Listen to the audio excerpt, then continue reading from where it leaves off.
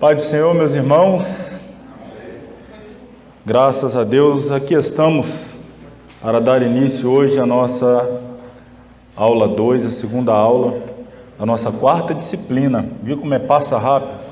O curso médio, que são 10, já estamos quase chegando na metade. Segunda aula da quarta disciplina, estamos estudando as escatologias contemporâneas.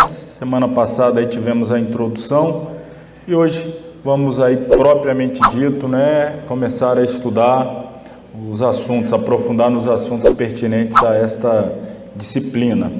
Então, convido os irmãos, vamos ficar sobre os pés, vamos orar.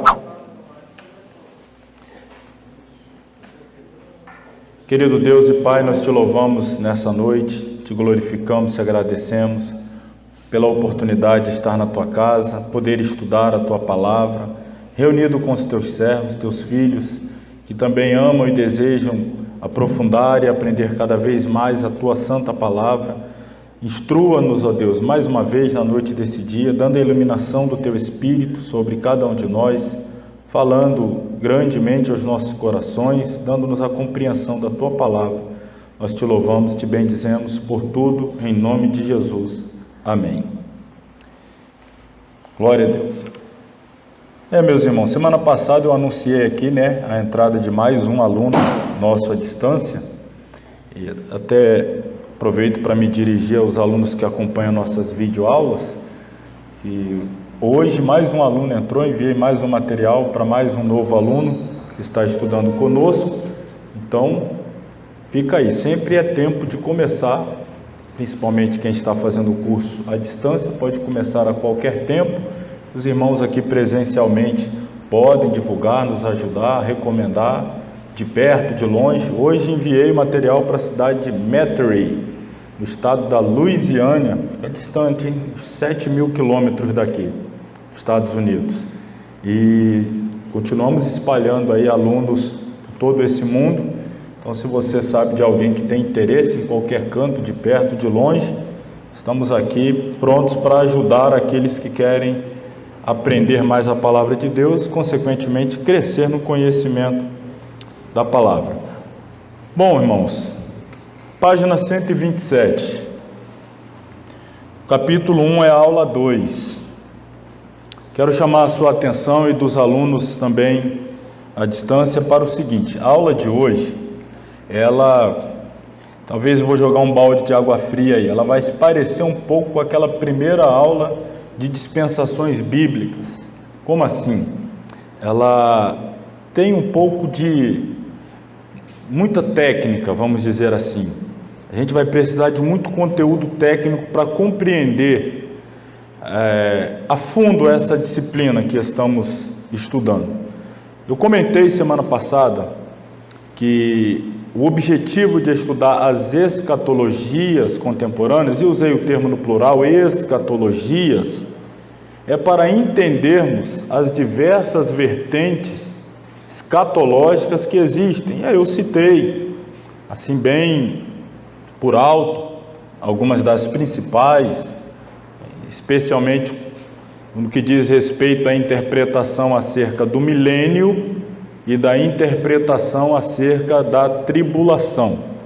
Quando se trata de milênio, nós temos os amilenistas agostinianos, amilenistas clássicos, temos pós-milenistas, temos pré-milenistas, inclusive nós pré-milenistas dispensacionalistas.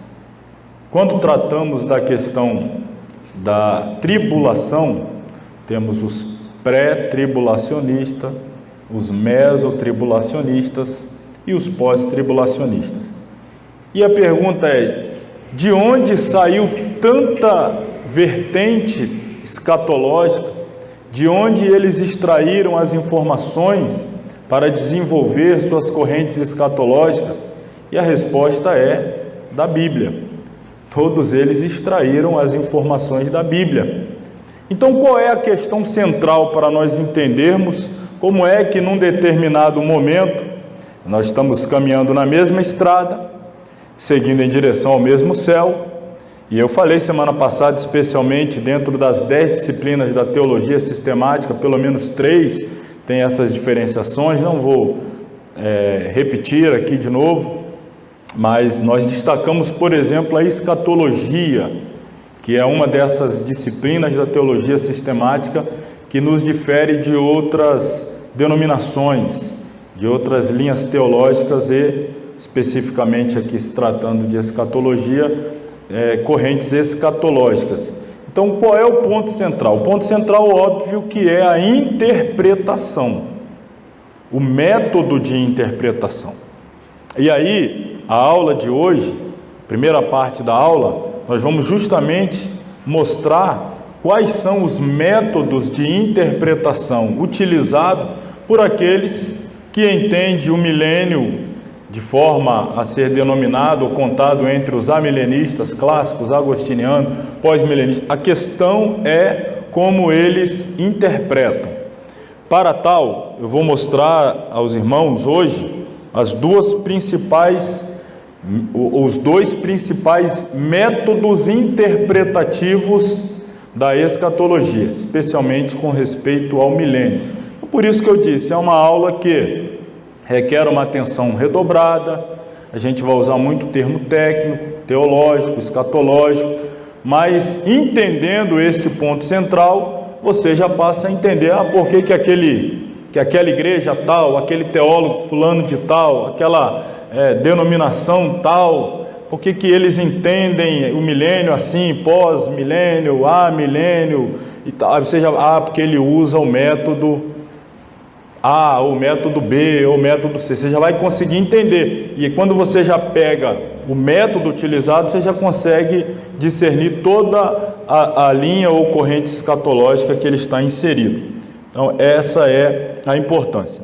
E eu reafirmo, semana passada a gente falou, e eu compartilhei esta frase aqui, a importância de estudar a escatologia, que a escatologia ela ajuda todo cristão a remover os olhos do que é passageiro e fixá-lo no que é eterno. Quando nós olhamos aprofundadamente, nos inserimos na escatologia, nós estamos voltando os nossos olhares para a eternidade. E é isso que todo cristão deve sempre fazer, não ficar preso ao que é efêmero, mas sempre conduzir a sua vida com vistas à eternidade. Página 127, repito, vamos lá. Os métodos de interpretação. Das muitas perguntas que se deparam o estudioso de escatologia, nenhuma é mais importante que a questão do método empregado na interpretação das escrituras proféticas. A adoção de diferentes métodos de interpretação produziu as várias posições escatológicas e dá conta das diversas concepções de cada sistema em desafio ao estudioso da profecia. Então aí está, é o método aplicado na interpretação que deu origem às tantas vertentes, às tantas aplicações, ou, como diz aqui, posições escatológicas. A questão toda está no método aplicado no momento de interpretar, porque a fonte é a mesma. Pré-tribulacionistas usam a Bíblia, pós-tribulacionistas usam a Bíblia, amilenista, pré-milenista, pós-milenista usam a Bíblia. Às vezes o mesmo texto, só que um interpreta de uma forma, o outro de outra forma. Então, é o método interpretativo que é o X da questão. As diferenças básicas entre a escola pré-milenista e a amilenista, e entre os defensores do arrebatamento pré-tribulacionista e os do pós-tribulacionista, são diferenças de ordem hermenêutica, provenientes da adoção de método de interpretação divergentes e inconciliáveis. O método que um usa não dá para conciliar com o método que o outro usa. São divergentes e inconciliáveis. Então nós vamos a partir de agora, ver esses métodos, dois principais métodos. O primeiro deles aí está, o método alegórico, coloquei aqui também chamado, em alguns livros, alguns materiais, de alegorismo. Que método é esse? Um antigo método de interpretação que passou por um reavivamento nos últimos tempos é o método alegórico. Temos aí a definição do método alegórico.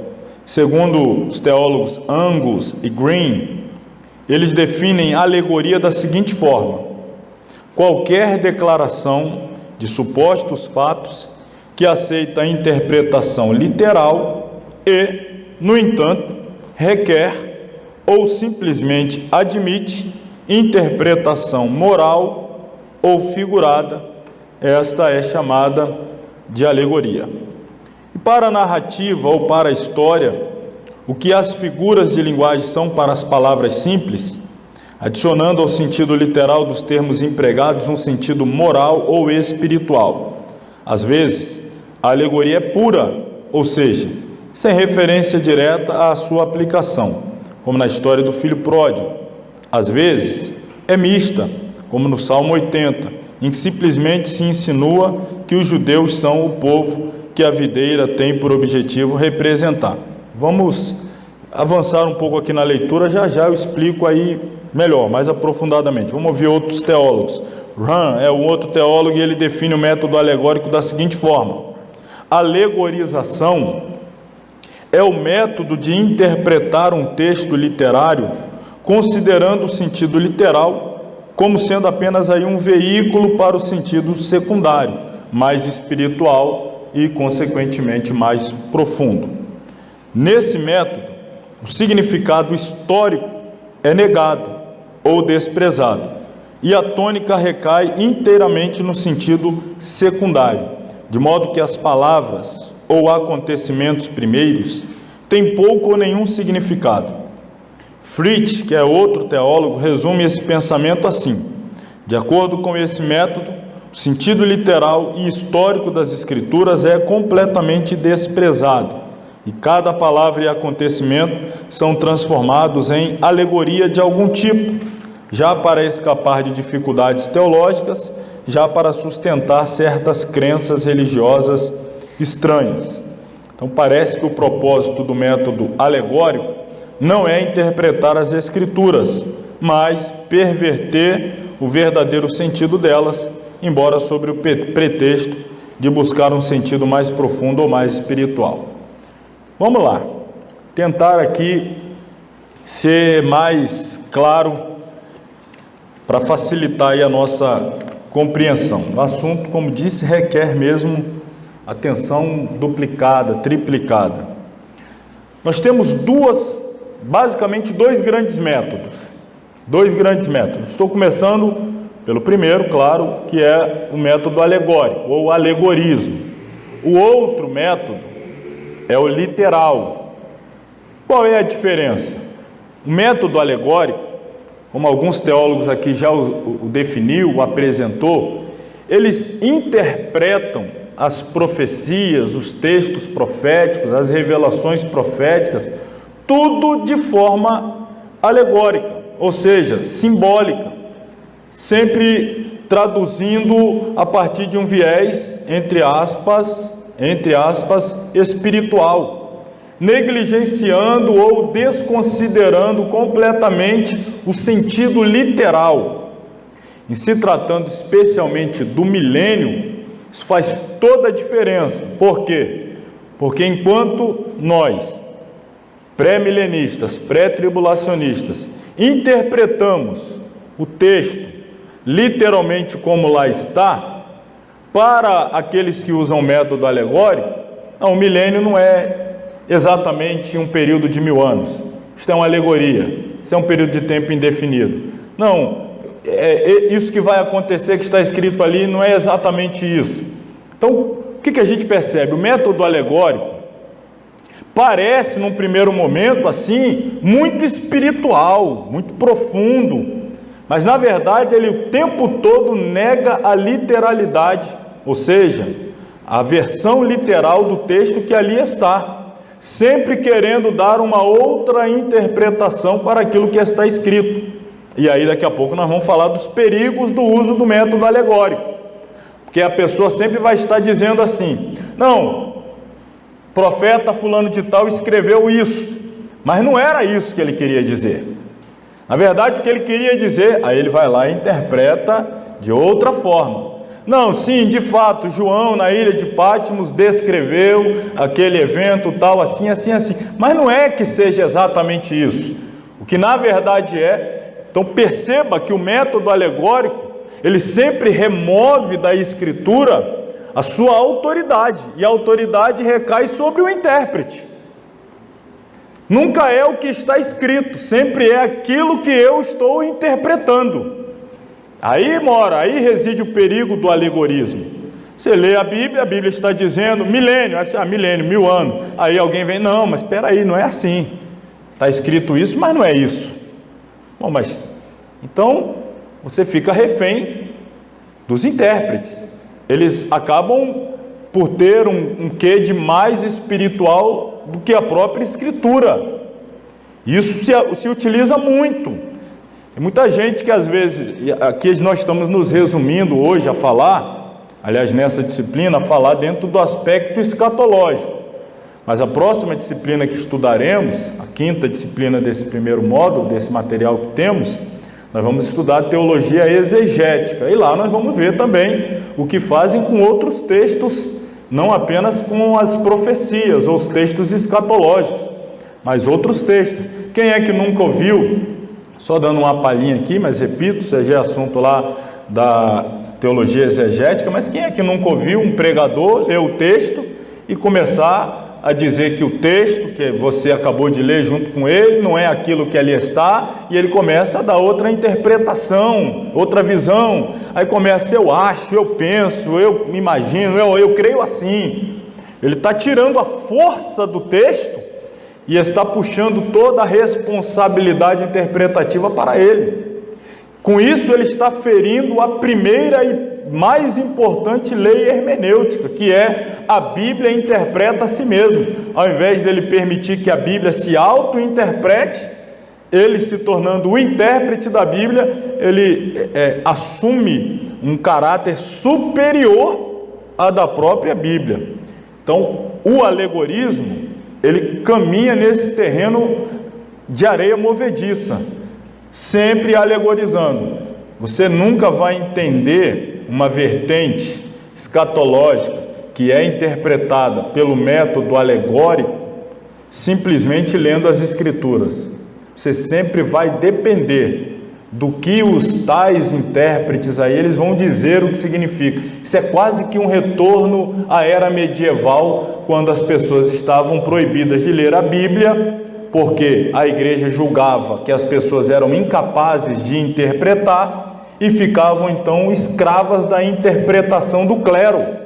Com isso proibiu-se até a leitura da Bíblia. A Reforma Protestante veio jogar isso por terra e dar a cada um a condição de poder fazer a leitura da Bíblia e, com a ajuda do Espírito Santo, entender, compreender e aplicar. Esta interpretação alegórica das profecias, ela praticamente nos leva de volta a essa idade das trevas, onde a Bíblia não é suficiente, estamos sempre dependendo de intérpretes.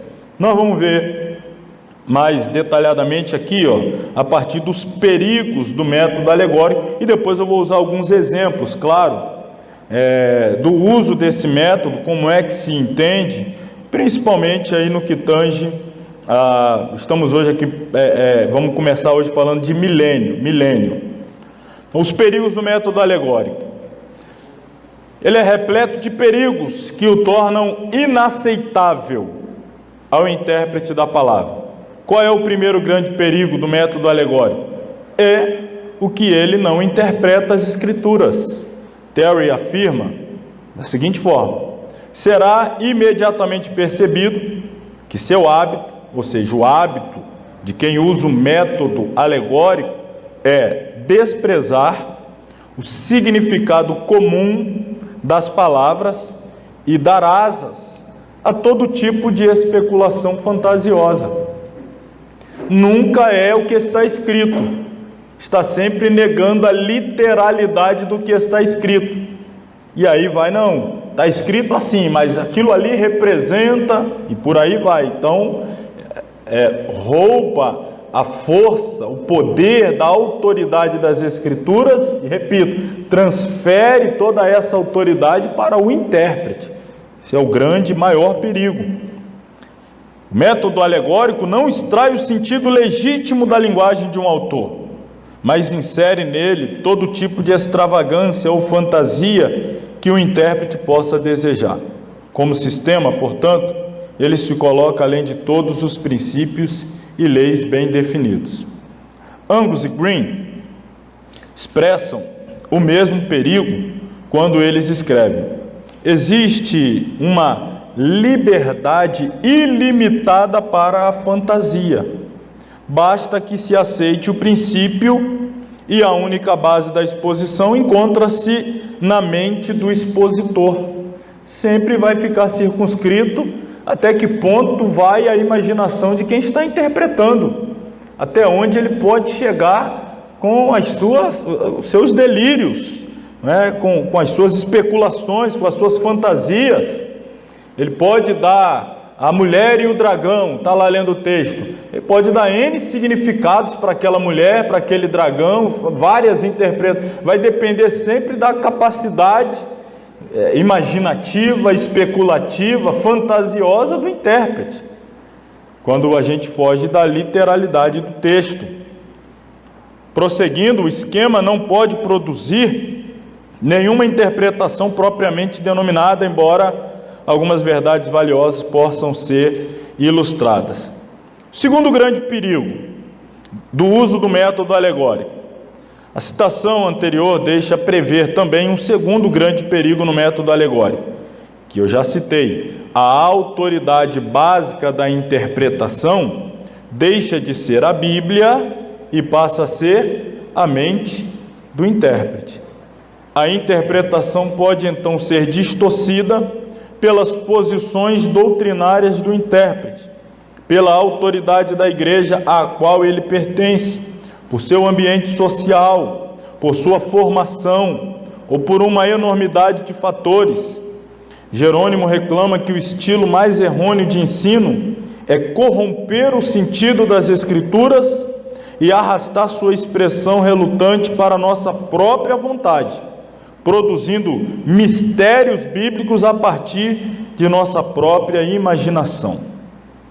Ainda segundo Farrar, ele acrescenta dizendo: quando o princípio da alegoria é aceito, quando começamos a demonstrar que passagens e livros inteiros da Escritura dizem algo que não querem dizer, o leitor é entregue de mãos amarradas aos caprichos do intérprete.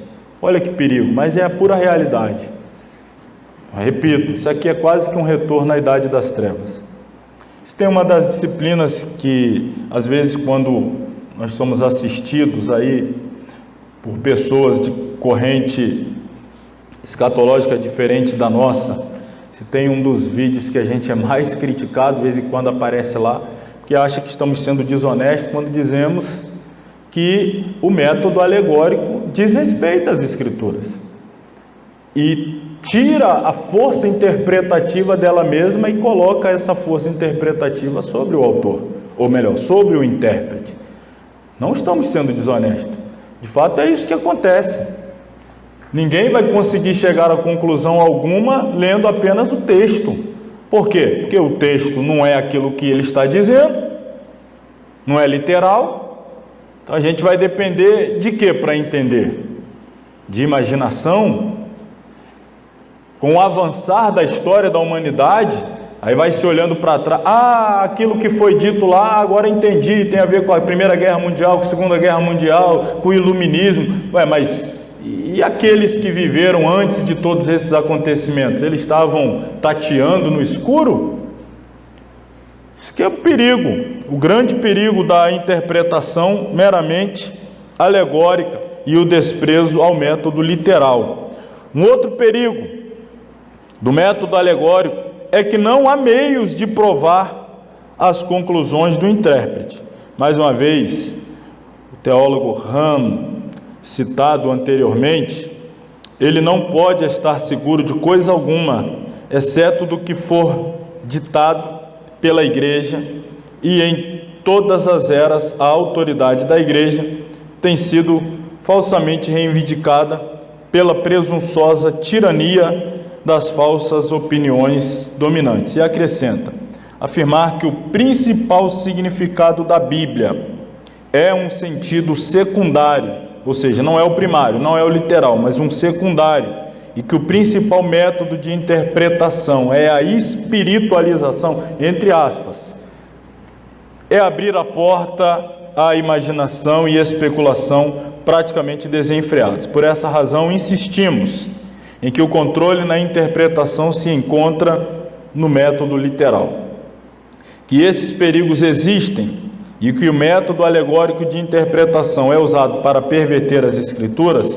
é reconhecido por Alice, ele próprio defensor do método alegórico no campo da escatologia. Ele mesmo diz: se a interpretação figurada ou, entre aspas, espiritual de determinada passagem é justificada ou não, depende somente de ela fornecer ou não o sentido verdadeiro.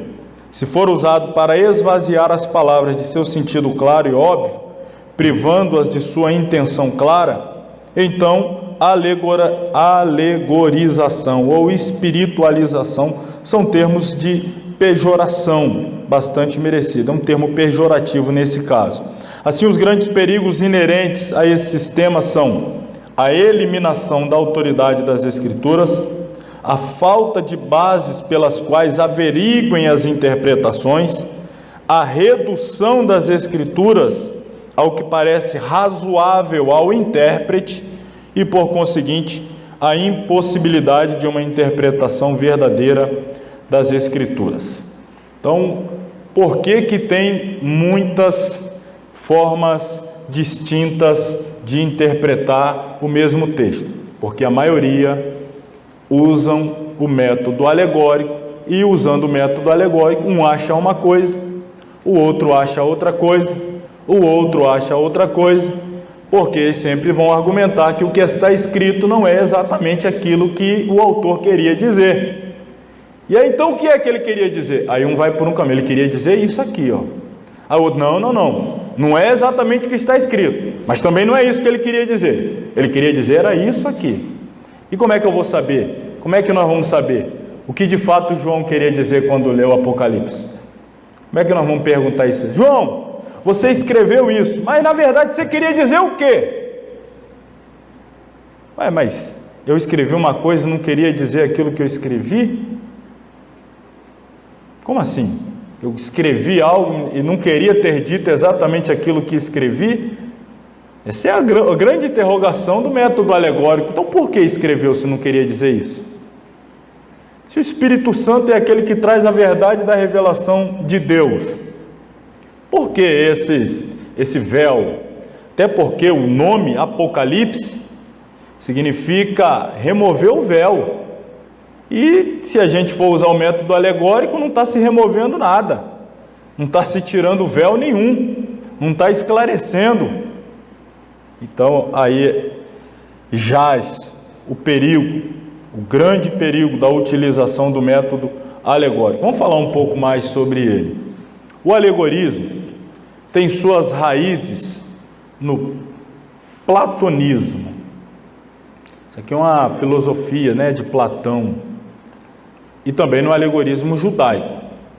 Dois de seus defensores, falando lá na época da igreja, nos primórdios, pais da igreja, primeiros 3, 4 séculos, Orígenes, um dos defensores da interpretação alegórica, foi um escritor, teólogo, professor, e outro defensor do uso do método alegórico foi Clemente de Alexandria, fazia parte da escola de Alexandria, uma cidade do norte do Egito. Bom, Orígenes defendia que a interpretação era dividida em 3 aspectos. Segundo ele, na defesa do uso do método alegórico, ele dizia assim: a interpretação literal ela deve ser aplicada apenas para atingir o nível do corpo. O método moral para atingir o nível da alma. E o método alegórico para atingir o nível do espírito. Perceba que é bonito, né? É bonito. Puxa, que coisa tremenda. Quando eu leio a Bíblia apenas tomando-a como literal, só toca a minha epiderme. Não passa aqui.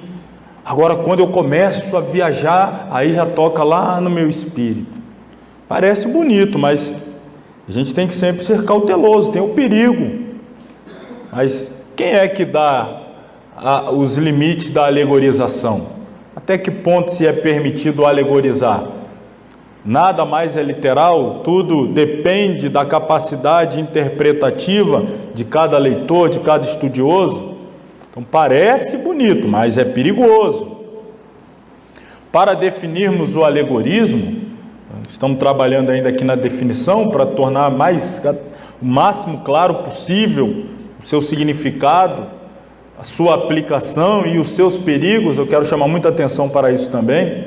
Para definirmos o alegorismo, podemos dizer que este método é aquele que, em lugar de reconhecer o texto como naturalmente se apresenta, perverte-o, dando um sentido secundário, anulando a intenção primária do autor. É aquela história sempre, como eu já disse aqui, de ficar defendendo, olha, Joel escreveu isso, mas não queria dizer isso.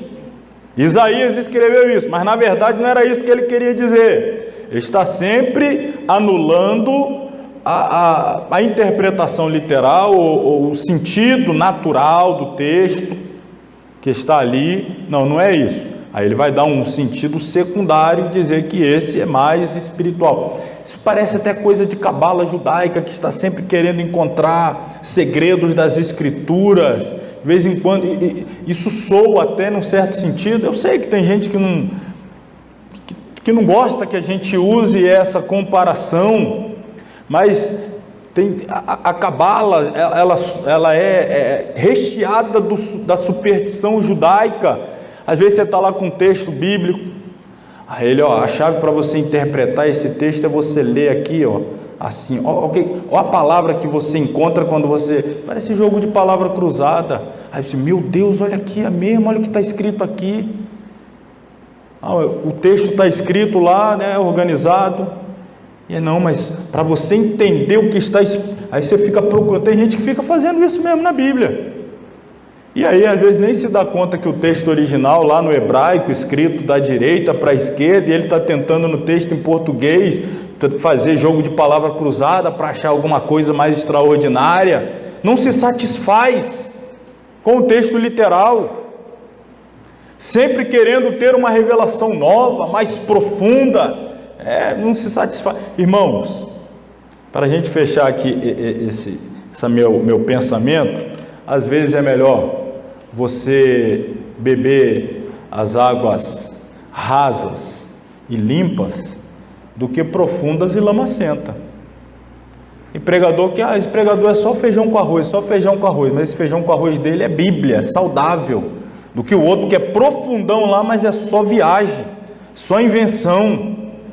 E tem gente que fica empolgado com aquele profundo que mexeu para cá, cavucou para lá e foi para lá, mas extraiu da mente, da imaginação, da especulação. E às vezes é melhor você ficar no arroz com feijão bíblico, águas rasas, mais límpidas e cristalinas, do que nas águas profundas cheias de lama. Então pensa sobre isso aí. O método alegórico de interpretação se refere à espiritualização das porções proféticas da Escritura, ao invés de interpretá-las literalmente. Bom, eu repeti, a aula de hoje, sim, tal qual aquela primeira que tivemos de dispensacionalismo, ela transborda aqui de tecnicidade, mas aqui está o X da questão para entendermos. Mais uma vez, aqui volto a dizer, essas muitas formas de interpretar a escatologia. Vou pegar aqui um exemplo, já que estou falando muito do milênio, vamos lá, um exemplo desse tipo de interpretação, o Apocalipse 20, cujos 6 versículos ali falam do milênio. Quando João fala a respeito de um período de 1000 anos, em que a teocracia seria instituída e o próprio Jesus reinaria sobre a terra, está escrito lá, os alegoristas ou espiritualizadores de textos dizem que este período está sendo cumprido agora pela igreja, e os 1000 anos não são literais, mas sim espirituais. Ou seja, como nós vamos ver aqui dentro dessas correntes, já na aplicação do amilenismo, etc., para eles nós já estamos no milênio. Desde que Jesus morreu, ascendeu ao céu, a descida do Espírito Santo em Pentecostes, desde então nós já estamos no milênio, há 2000 anos no milênio. Mas não diz lá que no milênio Jesus está reinando, mas está reinando. Onde? Na igreja. E o diabo não diz lá que está preso? Está preso. Aonde? Não, ele está preso numa cadeia de circunstância, ele não pode agir, senão debaixo de uma autorização, etc, etc. Aí vai sempre tendo que justificar de forma alegórica o que o texto está dizendo literalmente. Você vai mais perguntando, mas o texto não diz assim, não, mas isso aí também não é assim. O preso ali também não é literal. O reino de Cristo ali na terra também não é literal. O milênio também não é literal. E aí, nada é literal. Grandes perigos rondam a alegorização, já que esta não interpreta as Escrituras, mas está sempre dando um novo sentido a ela, baseado na imaginação do intérprete, sendo que, como diz a regra fundamental da hermenêutica, o que a regra fundamental da hermenêutica diz? A Bíblia deve explicar-se por si mesma, mas não é literal. A Bíblia não vai se auto-explicar, a Bíblia vai lançar as perguntas, mas não tem as respostas, haja visto não ser literal. Então sempre dependerá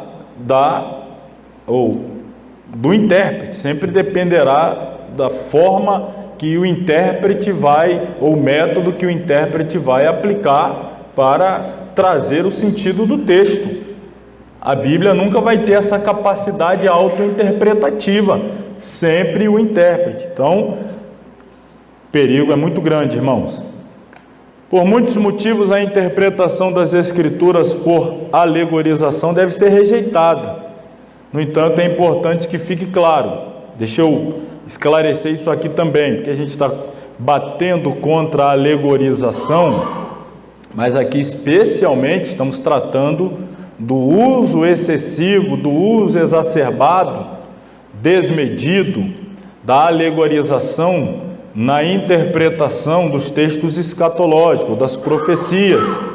No entanto, é importante que fique claro que num sermão usa-se de alegorias para trazer um ensino à igreja, dentro de um texto que às vezes foge do seu sentido literal. Porém, isso é permitido, pois se trata apenas da aplicação de conceitos contidos no texto em uso. É importante ressaltar que o método alegórico trata-se de um sistema usado para interpretar a Bíblia e nada tem a ver com alegorias existentes nas Escrituras. Por exemplo, Gênesis 24. A gente pode fazer o uso do texto literal. O que diz lá? O casamento de Rebeca com Isaac, Abraão manda Eliezer buscar uma esposa para Isaac. Você sabe que o que está escrito é o que está escrito. Você não vai anular a literalidade do texto. Tudo que ali está registrado são fatos históricos e verídicos. De fato, Abraão mandou Eliezer em busca de uma esposa para Isaac. De fato, Eliezer se posicionou junto à fonte, ali esperou. Tudo aquilo que está escrito ali é exatamente aquilo que está ali. Nós não anulamos em absolutamente ponto, vírgula, acento nenhum a literalidade do texto.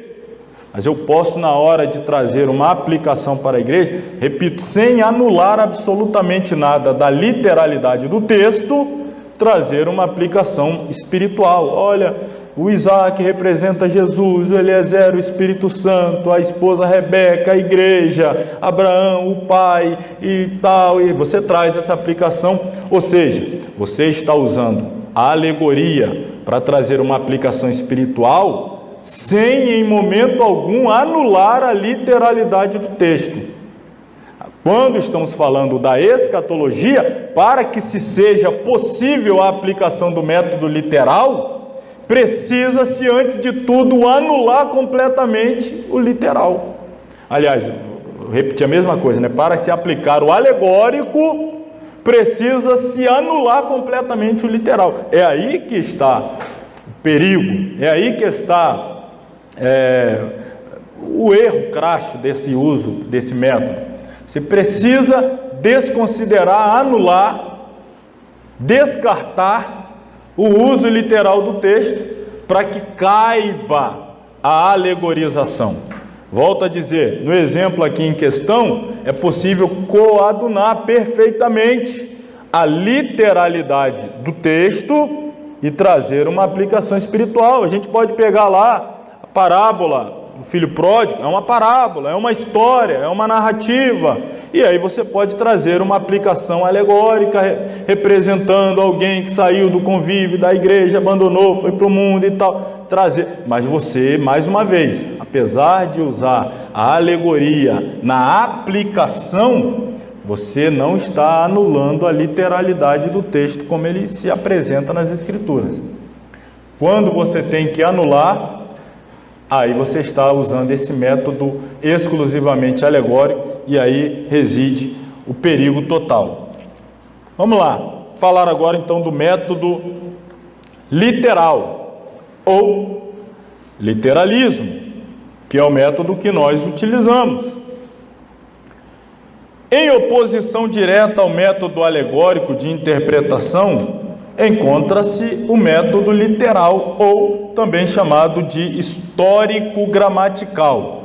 Porque você respeita a história, você respeita a gramática, as palavras, você respeita toda ela, tomadas como literal. A definição do método literal. O método literal de interpretação é o que dá a cada palavra o mesmo sentido básico e exato que teria no uso costumeiro, normal, cotidiano, empregada de modo escrito, oral ou conceitual. Chama-se método histórico-gramatical para ressaltar o conceito de que o sentido deve ser apurado mediante considerações históricas e gramaticais. Há 100 anos atrás, se você perguntasse a alguém há 100 anos atrás, o que você entende por milênio? O senhor vai entender, um período de 1000 anos. Aí você, então tá bom, continuar viajando na máquina do tempo. Vamos lá, 1000 anos atrás. Eu pergunto a alguém há 1000 anos atrás, o que você entende pela palavra milênio? Ele vai dizer, um período de 1000 anos. Deixa eu continuar navegando na máquina do tempo, aí viajando, vou lá 2000 anos atrás, quando o texto foi escrito. Meu amigo, vem cá. Se eu falar para você milênio, você entende o quê? 1000 anos. Sempre foi esse significado, ao longo da história, no uso gramatical. Se eu falar hoje, o que você entende por milênio? 1000 anos. É o sentido literal, é o sentido básico. Mas João não queria dizer, ele queria dizer um período de tempo indeterminado. Se eu quero dizer um período de tempo indeterminado, por que eu uso a expressão milênio? A igreja, o reino de Cristo vai se estabelecer. Não existia nenhuma palavra que pudesse ser usada, um período indeterminado, um período longo, não existia, tinha que usar esta palavra. Eu usei, mas não era isso que eu queria usar. Mas como assim? Então, o sentido literal, ele interpreta o texto exatamente como ali está, respeitando seus conceitos costumeiros, normais, cotidianos, tanto da forma oral quanto da forma escrita, conceitual. Prosseguindo aí, Hahn define o método da seguinte forma: o significado costumeiro e socialmente reconhecido de uma palavra é o sentido literal dessa palavra. O sentido literal de uma palavra é o seu significado básico, costumeiro, social. O sentido espiritual ou oculto de uma palavra ou expressão é o que deriva do significado literal e dele depende para a sua existência. Interpretar literalmente significa nada mais, nada menos que interpretar sob o aspecto do significado normal, costumeiro. Quando o manuscrito altera seu significado, o intérprete imediatamente altera o seu método de interpretação. As evidências, vamos falar agora das evidências a favor do uso do método literal. Podem-se apresentar fortes evidências em apoio ao método literal de interpretação. Vamos apresentar aqui alguns. O sentido literal, letra A, das frases é a abordagem normal em todas as línguas. Ou seja, a pessoa que está lendo o texto que foi traduzido para o português, a outra está lendo o texto que foi traduzido para o francês, o outro lendo traduzido para o inglês, o outro lê traduzido para o alemão. Mas quando se traduzir, vamos continuar usando o exemplo aqui da palavra milênio, a palavra klias, grega, klias, que é a palavra milênio, significa milênio em grego, klias.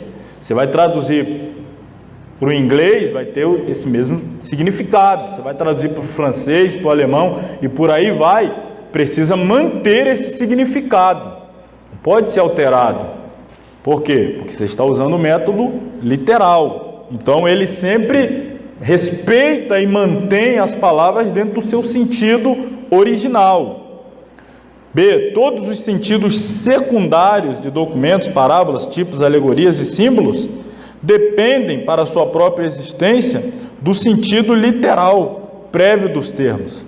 Olha o que está escrito aqui na letra B. Foi o que eu acabei de usar como exemplo ainda há pouco, quando trouxemos aqui a ideia do Gênesis 24.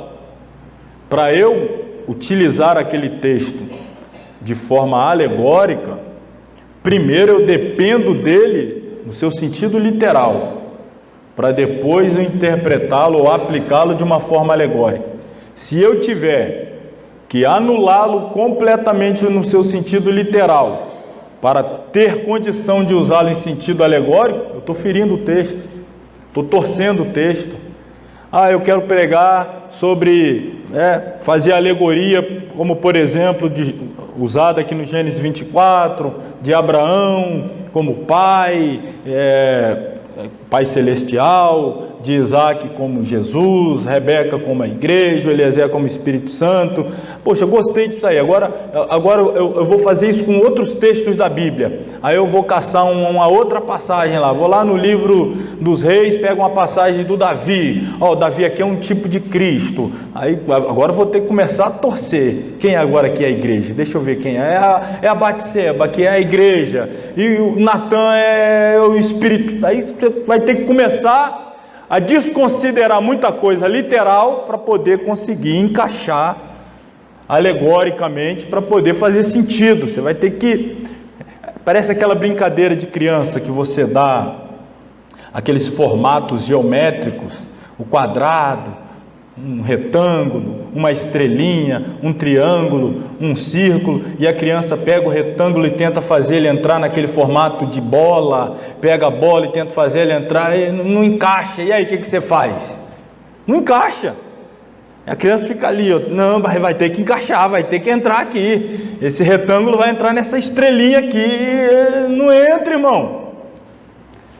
O método alegórico, ele faz isso daí, ele tem que desconsiderar o formato que está ali na base para poder fazer encaixar. O literal não, respeita o texto como ele ali está. Letra C, a maior parte da Bíblia tem sentido satisfatório se interpretada literalmente. Você percebe que isso é usado exaustivamente quando se trata de profecias, mas quando se trata de outros textos, aí respeita o sentido literal, vem interpretando a Bíblia literalmente, mas aí chega na hora da profecia, descarta o sentido literal e vale-se do sentido alegórico. Mas toda a Bíblia, ela admite, aceita de forma consistente sua interpretação literal, porque justamente no momento da interpretação profética, alterar o método interpretativo.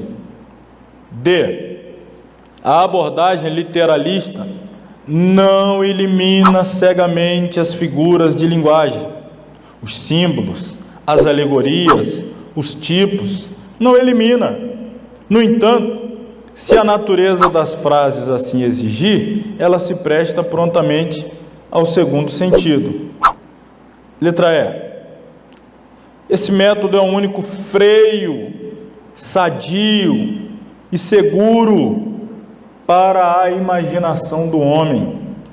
Porque imagina que eu disser, como se dizia na época medieval, na época do catolicismo romano dominante, que as pessoas não eram capazes de entender a Bíblia, dependia de um clero divinamente autorizado para interpretar o texto para você.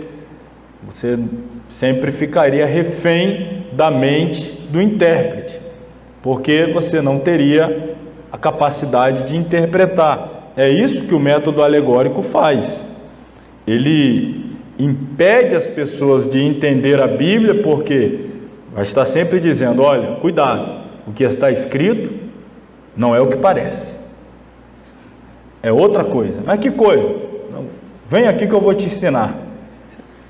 Você está sempre refém. Mas eu estou lendo. Não, mas você não vai conseguir. Você não vai entender.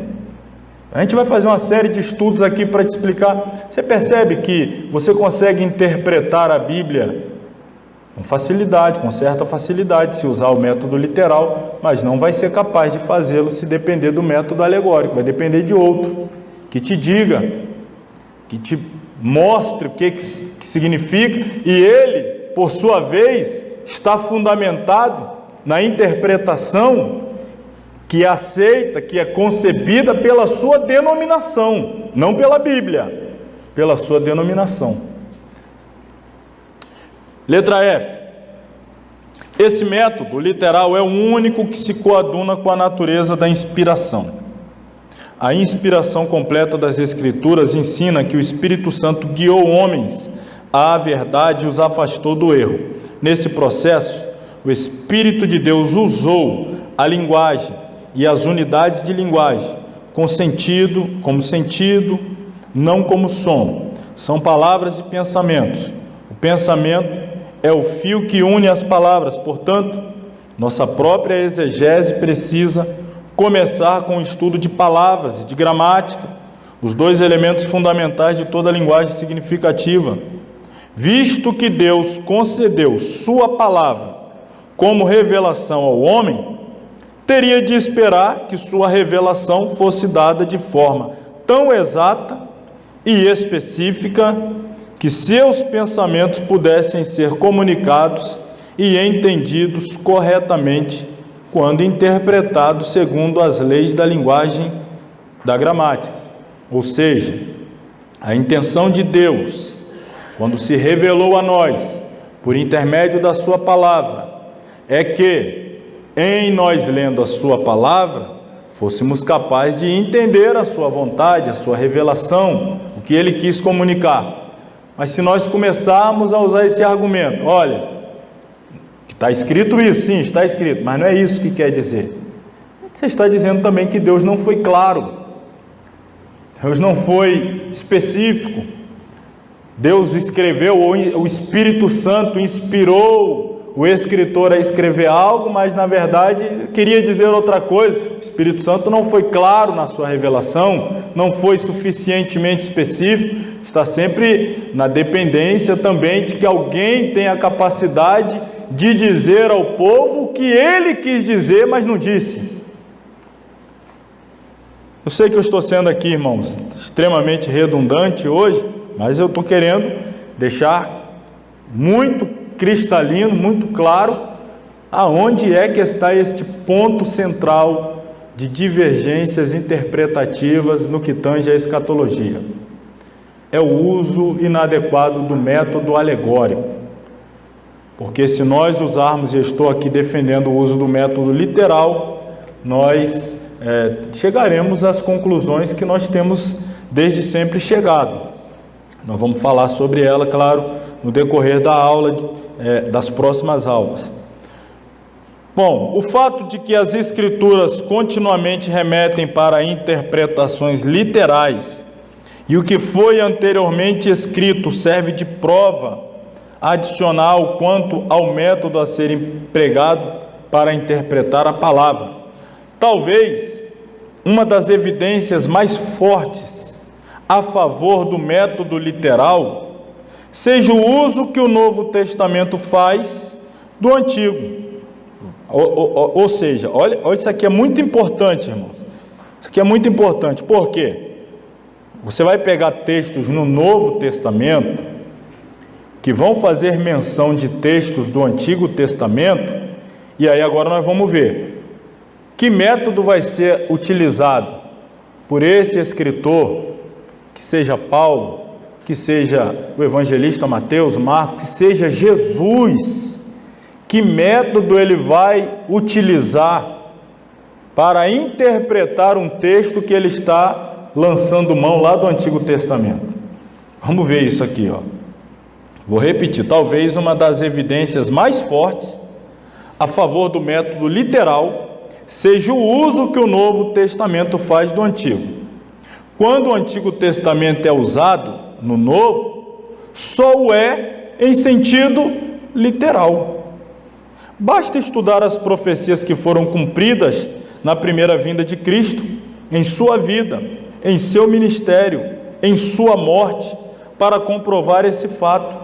Nenhuma profecia sequer, dentre as que se cumpriram plenamente, foi cumprida de outro modo que não o literal. Quando disse que ele ia morrer, mas será que está querendo dizer o quê que vai morrer? Está dizendo que vai morrer. Quando disse que ele ia sofrer, será que o profeta está querendo dizer o quê? Está dizendo que ele vai sofrer. E aí o próprio Jesus diversas vezes vai fazer uso das profecias, aplicando-as a ele e aplicando-as de forma literal. Olha, quando o profeta diz que eu seria esbofeteado, é porque de fato seria esbofeteado. Quando o profeta diz que eu seria cuspido, é porque de fato eu serei cuspido. Esbofeteado ali significa que numa discussão de palavras alguém vai prevalecer sobre o outro no discurso, é esbofeteado. Não, é literal, é esbofeteado. Então você vai perceber isso, que o Novo Testamento, quando cita o Antigo, interpreta literalmente. Por que agora mudar o método? Embora possa ser citada uma profecia do Novo Testamento como prova de que certo cumprimento cumpre de modo parcial uma profecia, como aí o exemplo, Mateus 2, 17 e 18, ou para mostrar que um acontecimento está em harmonia com o plano pré-estabelecido de Deus, como em Atos 15, isso não torna necessário um cumprimento não literal, nem nega um cumprimento completo no futuro, pois tais aplicações da profecia não exaurem o seu cumprimento. Portanto, essas referências à profecia não servem de argumento a favor de um método não literal. Depois desse discurso todo, a gente merece aí um lanchinho, né? Um cafezinho, mas espera aí, eu vou falar só mais umas coisinhas aqui. É só mais 45 minutos. Não, calma aí, não é isso tudo não. Deixa eu só dar uma melhorada aqui nesses argumentos e a gente já vai para o intervalo. Para respirar, tomar um café e poder voltar. O método literal, também conhecido como histórico-gramatical, difere do alegorismo por interpretar as palavras e frases de uma maneira natural, como elas se apresentam. Em resumo, é isso. O método literal interpreta cada palavra, cada frase, cada texto da forma como se apresenta. O doutor Pentecoste é um grande escatologista, tem um livro extraordinário. Ele define o método literal da seguinte maneira: o método literal de interpretação é o que dá a cada palavra o mesmo sentido básico e exato que teria no uso costumeiro, normal, cotidiano, empregada de modo escrito, oral ou conceitual. Nós já falamos aqui ao longo da nossa leitura do material, mas estou aqui resumindo esse conceito. Se ficar em dúvida, alegorismo, literalismo, método alegórico, método literal. O alegórico é aquele que sempre prima por um sentido secundário, entre aspas, espiritual do texto, fazendo quase que um total desprezo ao sentido literal, buscando sempre uma outra interpretação. Já o literal é aquele que vê e que dá a cada palavra o mesmo sentido exato que eles têm no seu uso costumeiro, normal, cotidiano, etc. Com certeza, este é o único método que satisfaz as exigências bíblicas no sentido de trazer uma interpretação equilibrada e dentro de um contexto correto. Ou seja, ele não modifica a ideia inicial que o autor, procurou transmitir, mas a explica de maneira coerente. Não fica usando esses termos, ele escreveu isso, mas não queria dizer isso. Queria dizer outra. Não, o método respeita o que foi dito, que foi escrito, que foi registrado. O literalismo na história da igreja, vamos ver um pouquinho do uso do literalismo na história da igreja. Vou passar aqui. Por toda a história da igreja, mesmo com o surgimento de outros métodos de interpretação, os grandes nomes do cristianismo verdadeiro sempre interpretaram as Escrituras da mesma forma que Jesus ensinou e da mesma forma que os apóstolos praticaram. Que forma de interpretação é esta? A literal. Sempre literal. Quando Jesus disse, ele queria dizer isso, não outra coisa, e por aí vai. Então, nós devemos também respeitar e utilizar na interpretação dos textos proféticos o método literal. Depois do intervalo a gente vai falar do amilenismo agostiniano. Depois de todo esse conceito que eu dei, que eu entendo, é cansativo, é mesmo. Subimos o nível, irmão. O médio, sai mais fumaça pelas orelhas do que saía lá no básico.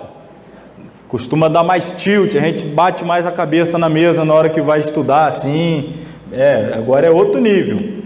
Você que está almejando o bacharel, prepara para ficar doido, lendo grego, lendo hebraico, sair falando sozinho pela rua igual doido, é assim mesmo. Então, a gente vai depois do intervalo, nós vamos pegar o sentido alegórico e perceber como que aqueles que defendem o amilenismo agostiniano interpretam o texto tal, alegorizando, o texto tal, alegorizando, o texto tal. A gente vai entender agora cada um desses, tá bom? Agora não, depois do intervalo. Vamos lá, vamos ao intervalo. Retornando então, irmãos, para a segunda parte da nossa aula, como dito, vamos ver agora a primeira dessas interpretações que se valem do método alegórico, em se tratando principalmente do milênio. Um dos pontos cruciais, os dois pontos cruciais que nós vamos tratar são milênio e tribulação. Milênio e tribulação. Só lembrando, nós acreditamos, pela interpretação literal da Bíblia, nós acreditamos em um milênio literal, período de 1000 anos, em que Cristo literalmente reinará nesta terra. Enfim, acreditamos na literalidade desses textos e na sua interpretação e cumprimento. Mas e aqueles que usam o método alegórico? Como é que eles entendem? Vamos começar aqui pelo amilenismo agostiniano. Há dois tipos de amilenismo. O amilenismo clássico, que considera o reino de Deus como sendo o domínio de Deus sobre os santos que estão nos céus, fazendo do reino de Deus um reino celestial, o reino dos céus, e o amilenismo agostiniano, que também é o ponto de vista defendido pela Igreja Católica Romana. Considera o cumprimento de todas as promessas do Antigo Testamento com respeito ao reino como sendo o reinado de Cristo, do trono do Pai, sobre a igreja que está na terra. Esses dois pontos de vista são considerados ortodoxos, pois ainda defendem uma interpretação literal das doutrinas da ressurreição, do juízo, do castigo eterno, e outros temas relativos. O amilenismo modernista, no entanto, nega as doutrinas da ressurreição, do juízo, da segunda vinda, do castigo eterno e outros assuntos relativos. O amilenismo romano produziu o sistema de purgatório, o limbo e outras doutrinas não bíblicas. Estudaremos apenas estes dois amilenismos aí, ortodoxos, que são o clássico e o agostiniano. Começando com a descrição e origem. O amilenismo agostiniano ensina que não haverá um milênio de paz e justiça na terra antes do fim do mundo. Os amilenistas creem que haverá um crescimento contínuo do bem e mal no mundo, que culminará com a segunda vinda de Cristo, quando os mortos serão ressuscitados e processará o último julgamento. Os amilenistas creem que o reino de Deus está presente agora no mundo, enquanto Cristo vitorioso governa seu povo através de sua palavra e espírito. Este conceito de amilenismo recebe o nome agostiniano porque foi defendido por Agostinho de Hipona, que viveu entre 354 e 430 depois de Cristo. Inicialmente, Agostinho era pré-milenista, como nós somos, mas abandonou esta posição em vista do extremismo e carnalidade moderada daqueles que sustentaram o pré-milenismo em sua época. Agostinho foi também influenciado por Ticone pelo método de interpretação alegórica de Orígenes. Durante os primeiros 3 séculos, ou seja, desde o fundamento da igreja, século I, II, III, os primeiros 3 séculos, a interpretação pré-milenista dominou sobre a igreja primitiva. Mas a partir do século IV, aqui com Agostinho, o amilenismo começa a ganhar força, principalmente porque a igreja cristã recebeu uma posição favorável do imperador Constantino, que deu fim à perseguição da igreja. A conversão, entre aspas, aí de Constantino e o reconhecimento político do cristianismo foram interpretados como o princípio do reino milenial sobre a terra. Então, a partir desse evento, eles começaram a entender, peraí, então a igreja agora é um órgão oficial do Estado, o imperador se converteu, acabou a perseguição, então o reino de Cristo já se estabeleceu. Agora a tendência é o bem ir prevalecendo contra o mal, o cristianismo se expandir, todas as pessoas serem cristianizadas. Então, a partir daquele evento, daquele fato, você percebe, eles vinham defendendo o pré-milenismo, um milênio literal com Cristo reinando literalmente, um futuro após a sua vinda, etc, etc, etc. Mas com aquele evento da conversão de Constantino, o fim da perseguição contra a igreja, o estabelecimento do cristianismo como uma religião oficial do Império Romano, aí então eles passaram a reconsiderar sua interpretação escatológica e passaram a compreender o milênio como o avanço do cristianismo sobre a terra. Porque o grande imperador do mundo da época, o imperador romano Constantino, havia se convertido e institucionalizado o cristianismo. Então perceba da onde nasce a origem do amilenismo. Então aí eles passam a desconsiderar a literalidade da interpretação como Cristo reinando literalmente e começam a entender o milênio como um reinado de Cristo espiritual, convencendo as pessoas, convertendo as pessoas e o mundo então se tornando um ambiente cristão. Só que eles morreram lá, os que formularam esta doutrina, e não viram que o mundo se transformou depois, as transformações que prosseguiram. Então, no Concílio de Éfeso, em 431, o pré-milenismo foi condenado como superstição. Embora o amilenismo tenha dominado na história da igreja por 13 séculos, do quarto, que é quando ele se apresentou, até o 17º século, aí, o século 17, especialmente porque tinha um respaldo dos reformadores, o pré-milenismo continuou a existir e a ser defendido por certos grupos de crentes. Durante o século XIX, o pré-milenismo atraiu novamente a atenção. Este interesse foi nutrido pelo violento transtorno das instituições políticas e sociais europeias na época da Revolução Francesa. Veja que outro detalhe, o pré-milenismo, a corrente de interpretação literal, que é a base da interpretação pré-milenista, ela não altera, ela não varia conforme os acontecimentos mundiais. Independente se o mundo vai bem, se o mundo vai mal, se o mundo está em guerra, se o mundo está em paz, se o cristianismo está crescendo, está diminuindo, se a igreja está sendo perseguida, está sendo aclamada, ele se mantém. Agora, o amilenismo depende sempre dessas flutuações dos acontecimentos para ir se adaptando.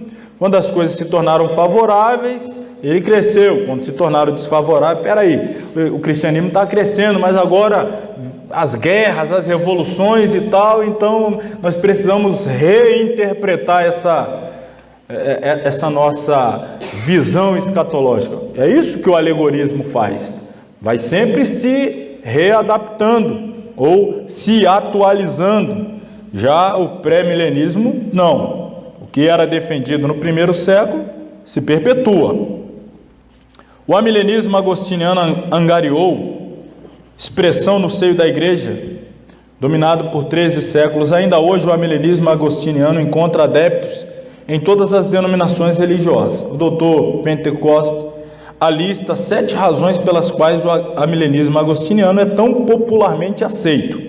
7 razões. A primeira, é um sistema inclusivo, que pode abraçar todas as esferas de pensamento teológico. Protestante modernista, protestante ortodoxo, católico romano. Então ele é inclusivo, muita gente acaba o aceitando por essa razão. Segundo, com exceção do pré-milenismo, é a teoria relativa ao milênio mais antiga, com a exceção do pré-milenismo. Portanto, tem a proteção, a cobertura da antiguidade sobre ela.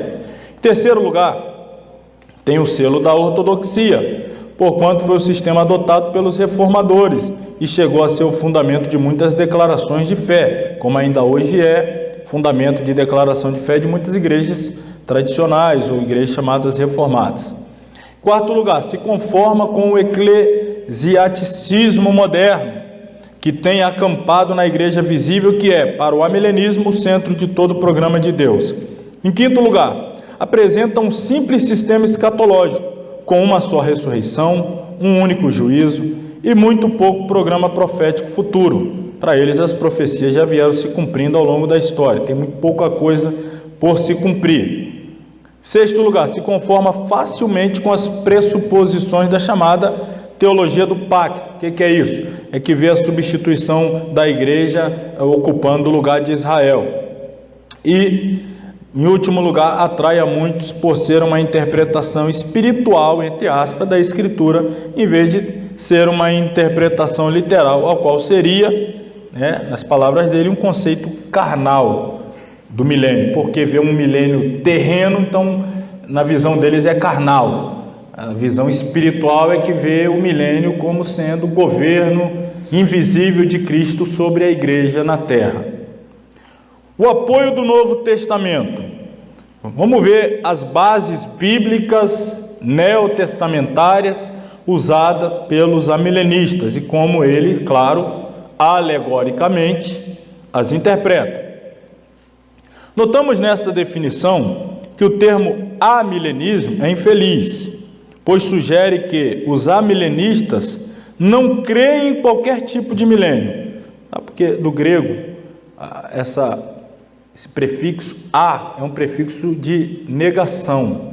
Então, amilenismo significa não milênio, sem milênio. Então, é como se eles não crescem no milênio. Mas eles, na verdade, os amilenistas agostinianos rejeitam a ideia de um reino terreno literal de 1000 anos, que se seguirá ao retorno de Cristo.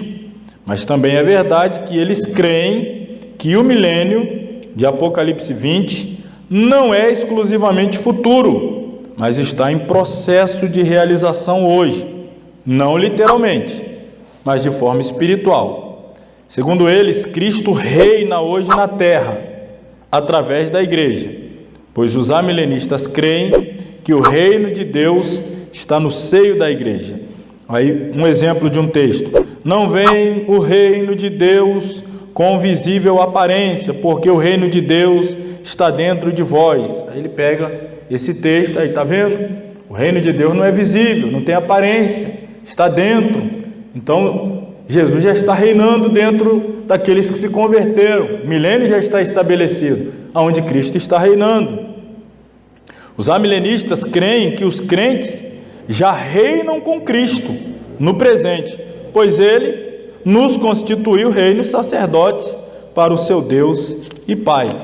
A igreja de Cristo é sacerdócio real, e nessa qualidade reina, expandindo o reino de Deus no mundo, através de proclamação das virtudes daquele que vos chamou das trevas para a sua maravilhosa luz. Para os amilenistas agostinianos, o reino de Deus prometido ao povo de Israel foi transferido para a igreja, porque Israel rejeitou o Messias. Por causa disso, a igreja agora é o novo Israel de Deus. Então, como é que eles interpretam? Não tem mais nenhuma promessa para Israel, Cristo não vai reinar literalmente em Jerusalém, Israel não vai ter mais nenhum papel na história de destaque, de restauração. As profecias do Antigo Testamento dando conta de uma restauração de Israel, de um reavivamento, não, todas foram anuladas quando eles rejeitaram a Jesus e o crucificaram. Agora tudo foi riscado, anulado, não tem mais. Agora o único propósito de Deus é com a igreja ocupou o lugar de Israel e Cristo já está reinando na igreja de forma invisível, espiritual, e ponto. Israel não tem mais parte no programa profético divino. É essa a interpretação. Os amilenistas creem na expansão do Evangelho, porque acreditam que Apocalipse 23 já se cumpriu. Para eles, o que diz lá? Que Satanás está preso. Então, para eles, Satanás está preso agora. O que os irmãos acham? O diabo está preso ou está amarrado? Está amarrado ou não? De vez em quando, você está amarrado. E agora eu pergunto, está ou não está? Tem até aquela história, né, que dois lá expulsando um demônio, e um grita, sai, a outra, está amarrado, sai, está amarrado. Decide aí, eu saio ou eu fico aqui amarrado?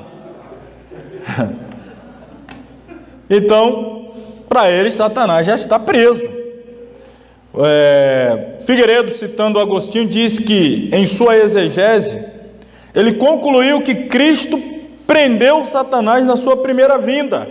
É aquele texto lá do valente, né? Que o mais valente vem e manieta o valente. Então Cristo veio e prendeu Satanás, desfez as obras dele, aniquilou-o na cruz, triunfou dele na cruz, expulsou e julgou o príncipe deste mundo. Em Lucas 10, 17, 18, ele é lançado à terra quando os discípulos pregavam.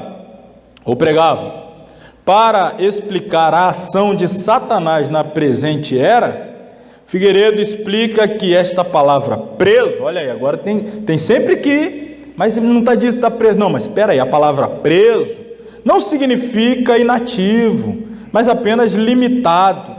Sua prisão, cremos, é relacionada com o impedimento de sua ação contra a igreja. Ele não pode impedir o avanço da igreja e do evangelho. Então, olha a aplicação alegórica. O Satanás preso, ele não consegue impedir o avanço da igreja. Ele está limitado. É essa prisão, é uma limitação espiritual. Tem sempre que ir alegorizando. Um ponto vai puxar o outro. Você pergunta, e o texto tal? Vai ter que alegorizar. E o texto tal? Vai ter que alegorizar. E assim vai. Ele prossegue dizendo que esta limitação de Satanás terá fim quando ele for solto novamente. Fato que será concomitante com a grande tribulação. Olha aí, a grande tribulação será quando ele for solto. Aí vem a grande tribulação. E esse período é um período de apostasia. E aí então, depois o Senhor descerá do céu, destruirá o anticristo, então se seguirá o novo céu e a nova terra, onde os salvos reinarão, não apenas por 1000 anos, mas para sempre. Ou seja, nós acreditamos que a igreja será arrebatada, aí segue-se a grande tribulação, depois Jesus vem para reinar na terra. Eles entendem que Jesus já está reinando na terra através da igreja, Satanás vai ser solto para vir a grande tribulação, e aí depois então Satanás será lançado no lago de fogo e enxofre e já entra a eternidade. Então você percebe que vai mudando a sequência de eventos de lugar.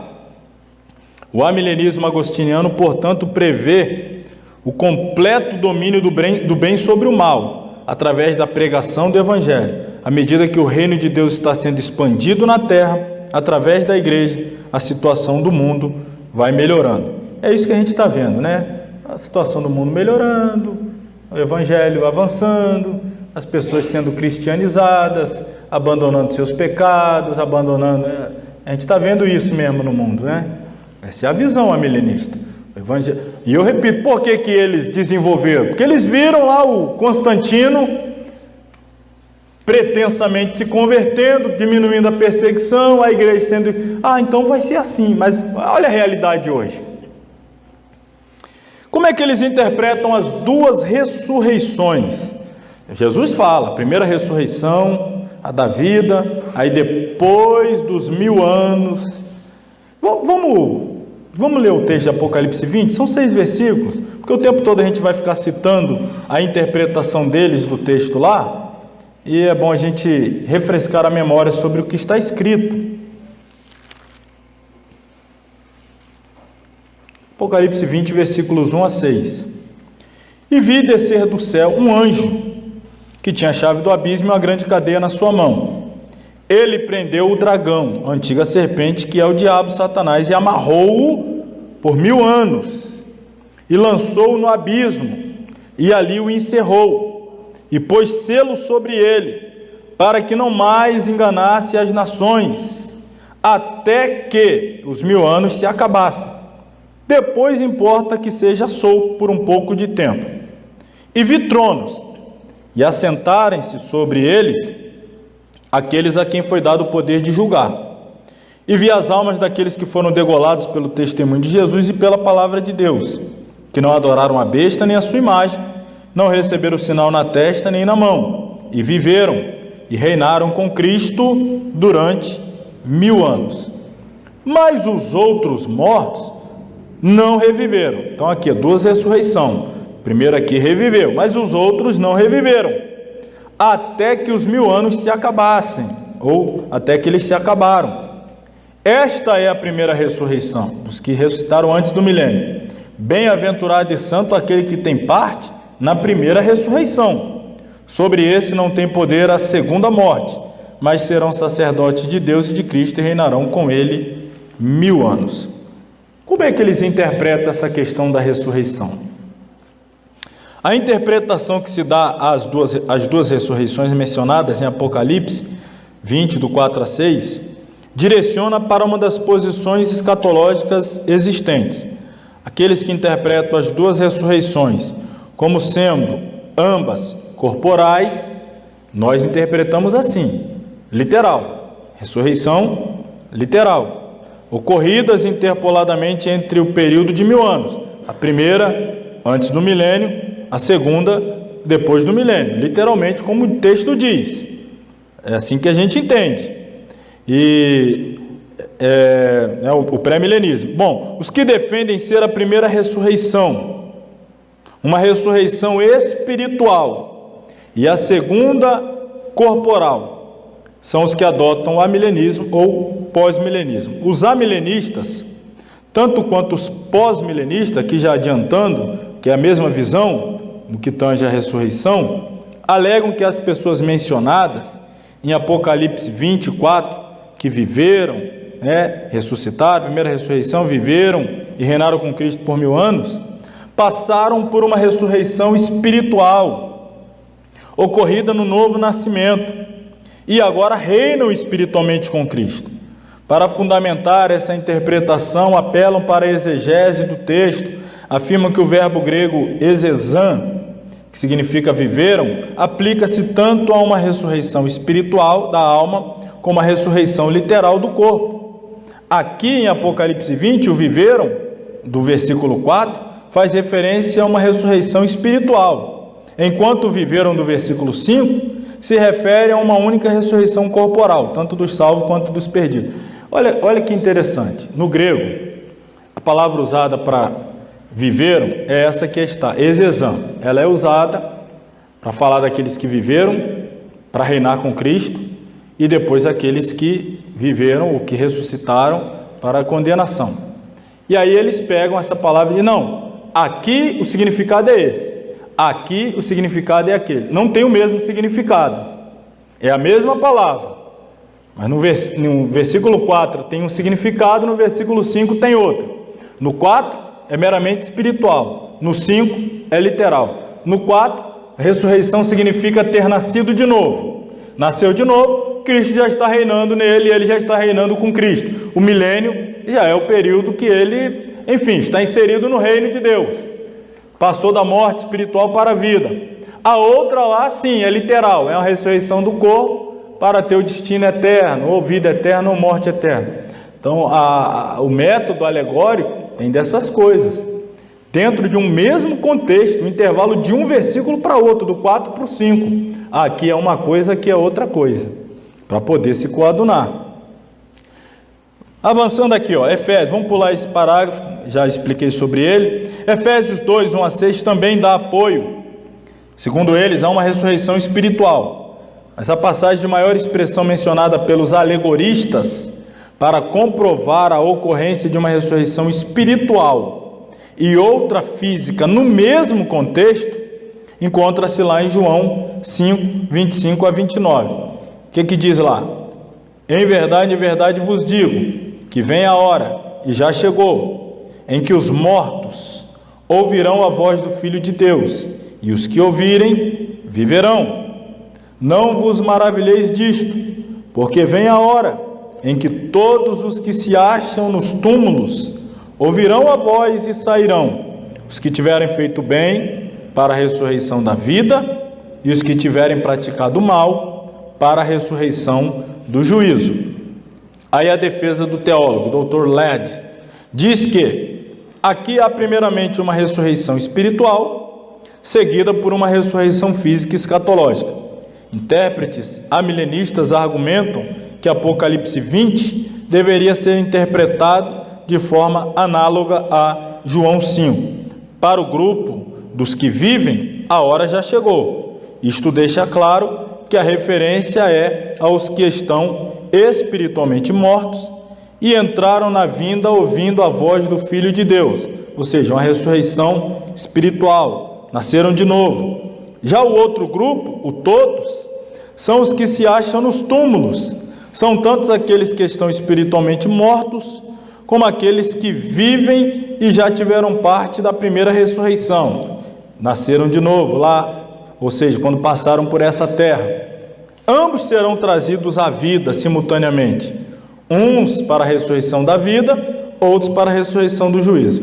Desse modo, fica claro, segundo eles, que o texto está falando de dois tipos de viver. Um é o espiritual, no presente, e o outro é o físico, no futuro.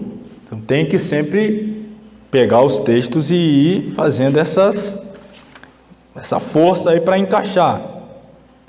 Como é que eles interpretam profecias do Antigo Testamento? O Antigo Testamento, especialmente o livro de Isaías, profeta Isaías, Ezequiel, dão muitos detalhes do milênio. E aí? Se aquilo lá não é literal, se é só espiritual, como é que a gente faz com aqueles textos? Vamos ver como é que eles fazem? Um dos principais argumentos dos amilenistas para a interpretação das profecias do Antigo Testamento acerca dos últimos tempos é que as profecias do Antigo Testamento acerca da primeira vinda de Jesus já se cumpriram espiritualmente. A hermenêutica adotada pelos amilenistas para as profecias é o método alegórico de interpretação. Para os amilenistas, o conteúdo histórico da Bíblia deve ser entendido literalmente. O material doutrinário também deve ser interpretado dessa maneira. A informação moral e espiritual, do mesmo modo, segue este padrão. Entretanto, o material profético deve ser interpretado como? Então, quando se trata de história, eles interpretam literal. Quando se trata de doutrina, interpretam literal. Quando se trata de vida moral, literal. Quando se trata de profecia, é tudo alegoria. É tudo alegoria, não é literal. Tá? Ele muda o método.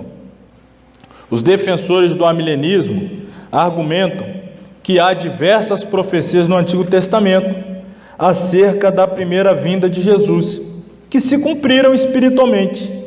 Como exemplo, podem citar uma profecia de Oséias, onde lemos: quando Israel era menino, eu o amei, e do Egito chamei o meu filho.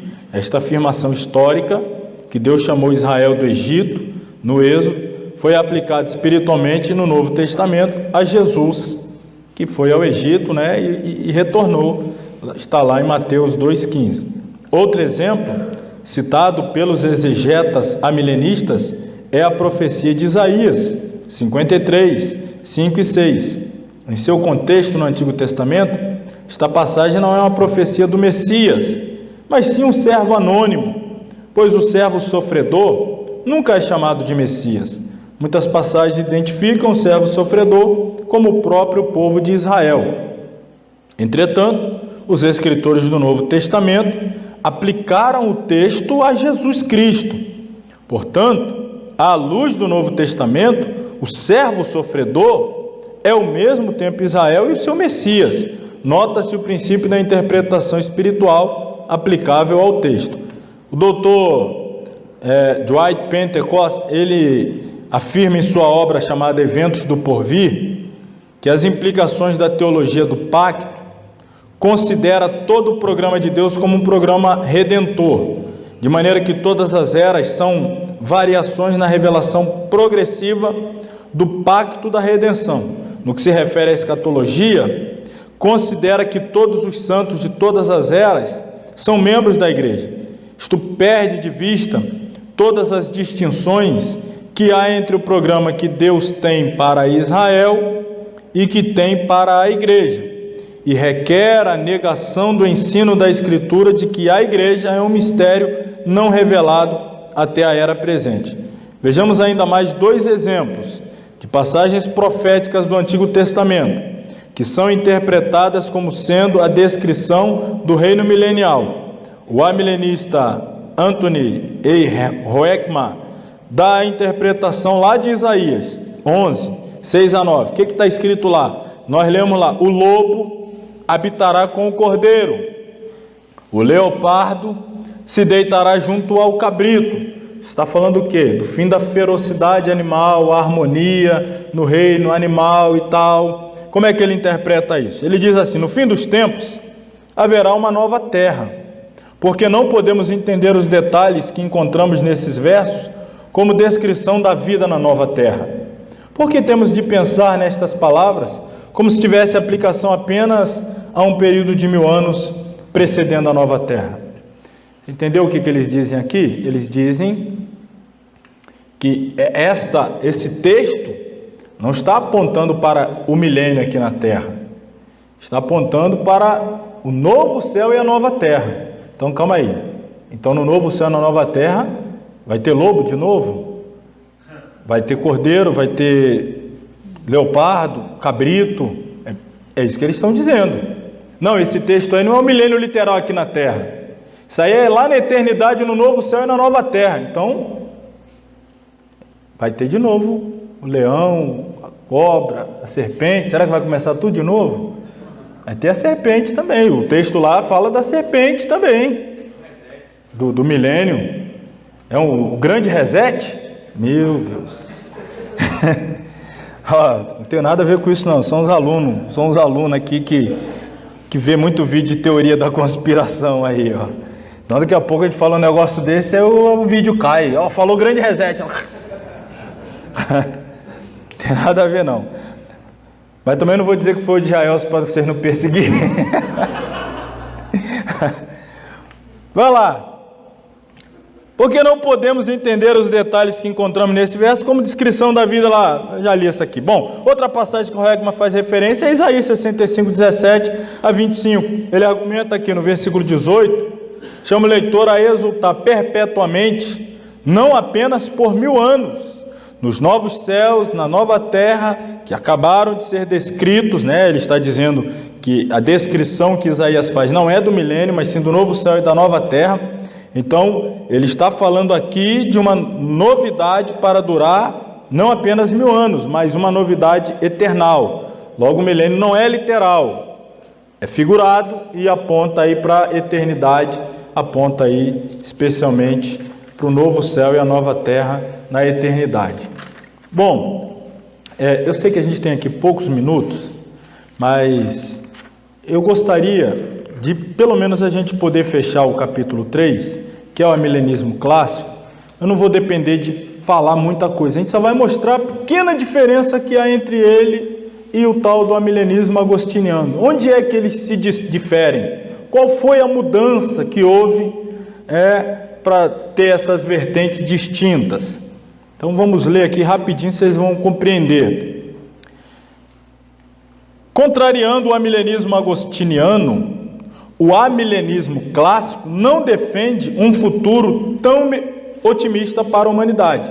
O agostiniano, ele defende o quê? O evangelho vai avançando, o bem vai triunfando sobre o mal, o mundo vai sendo cristianizado, o evangelho vai se espalhando, Cristo vai reinando cada vez sobre a vida de mais pessoas, até que estabelece o reino definitivamente.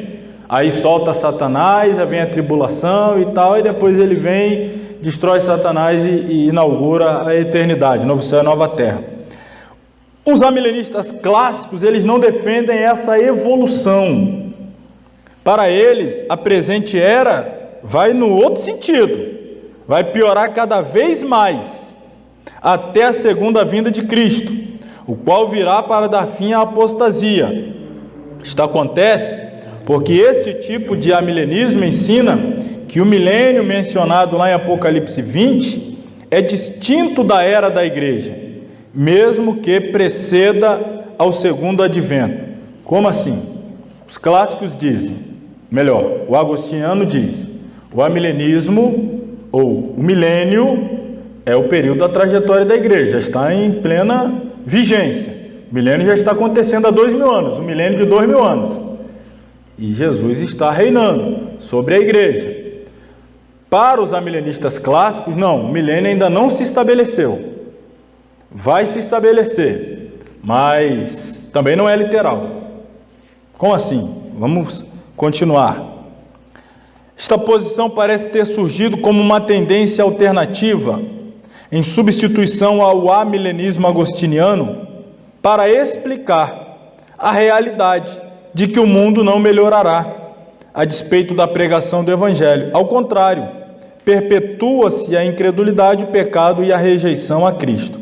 Desse modo, os amilenistas clássicos asseveram que o milênio não é tanto um período de tempo, mas sim um estado de bem-aventurança dos santos, aonde? Então o milênio para eles é o novo céu e a nova terra, é no céu. Teve que fazer adaptação, porque o amilenismo agostiniano surgiu, volta a lembrar, quando Constantino se converteu, a perseguição diminuiu, então a coisa está melhorando. Passou um pouquinho de tempo, a coisa piorou, então vamos ter que reformular. Aí entraram os tais amilenistas clássicos, tendo que mudar a interpretação. Não, a coisa não vai melhorar, vai piorar. O reino não está estabelecido aqui, vai se estabelecer lá no céu, na eternidade. O milênio não é 1000 anos, a eternidade é no céu.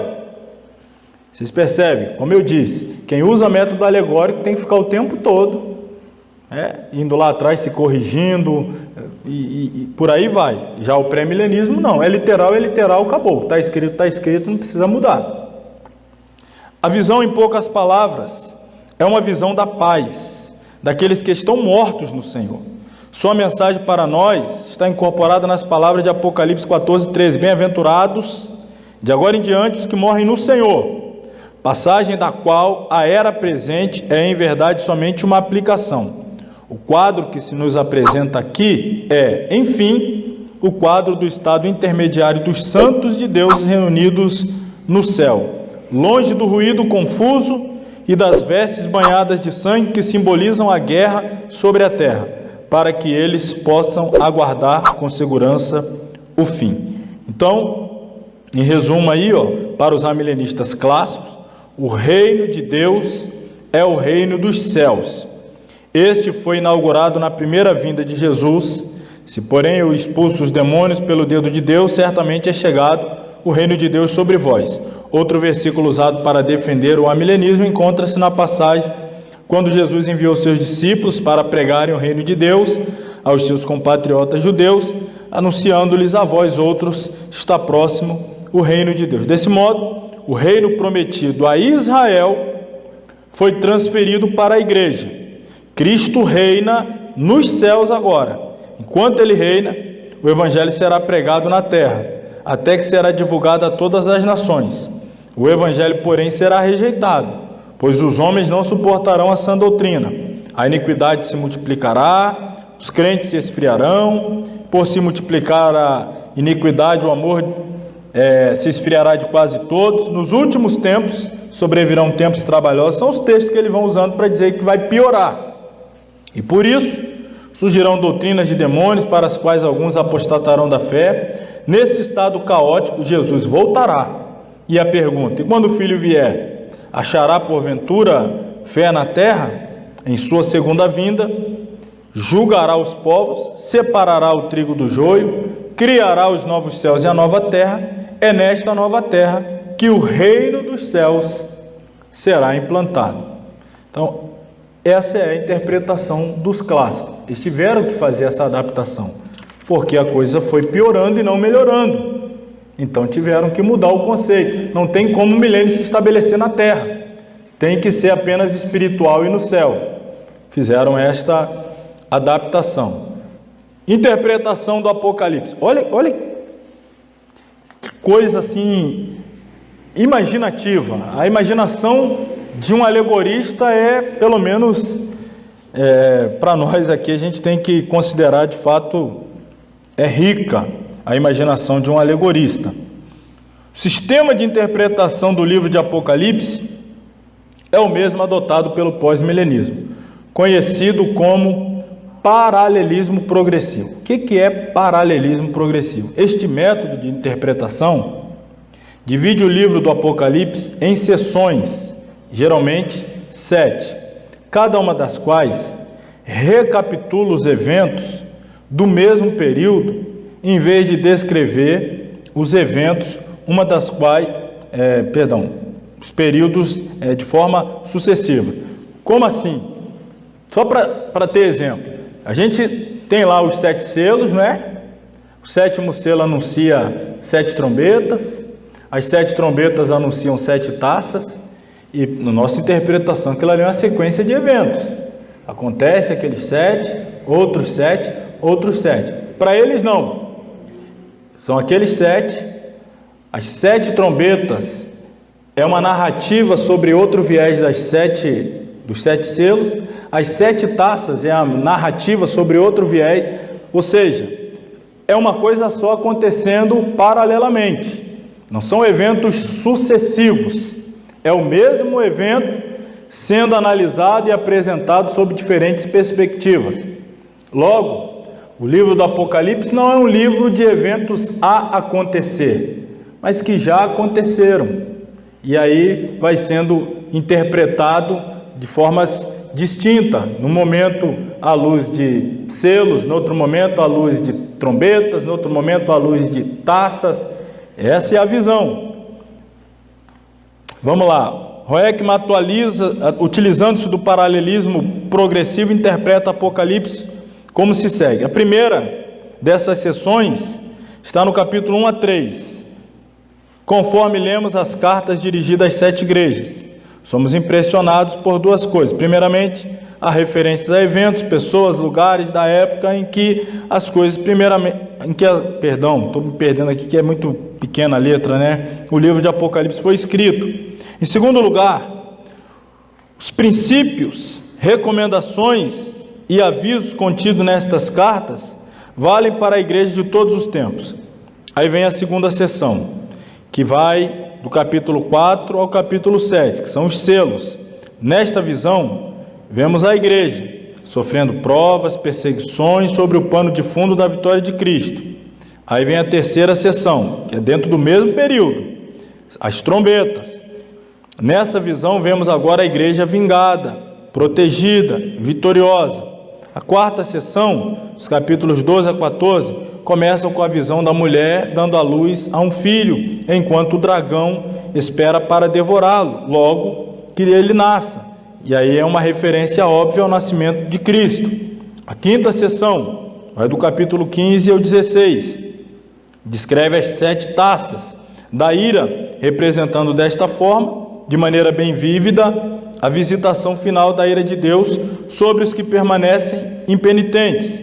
A sexta seção, 17 ao 19, descreve a queda de Babilônia, das bestas, Babilônia que representa as cidades do mundo, a força do secularismo, a impiedade que se opõe ao reino de Deus. E a sétima seção narra o fim do dragão, descreve o juízo, o triunfo final de Cristo e sua igreja e o universo restaurado, chamado aqui de novos céus e nova terra. Observe que apesar dessas seções serem paralelas entre si, revelam também um certo grau de progressão escatológica.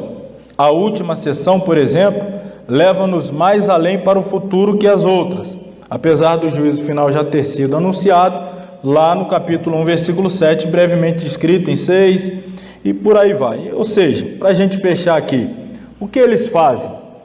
Interpretam o Apocalipse alegoricamente, eventos, em sua maioria, já tendo sido cumpridos, sendo narrados sobre viés ou perspectivas distintas, narrativas feitas por João de eventos que já aconteceram ao longo da história, as guerras, os conflitos, as perseguições, a mortandade contra a igreja, já aconteceram tudo isso. Está faltando o finalzinho do livro se cumprir, que é a vinda de Cristo e o estabelecimento do novo céu e da nova terra, na visão de amilenistas clássicos. Como é que eles chegam a essa conclusão? Simples, se valendo do método alegórico de interpretação. Então, a gente encerra a aula aqui.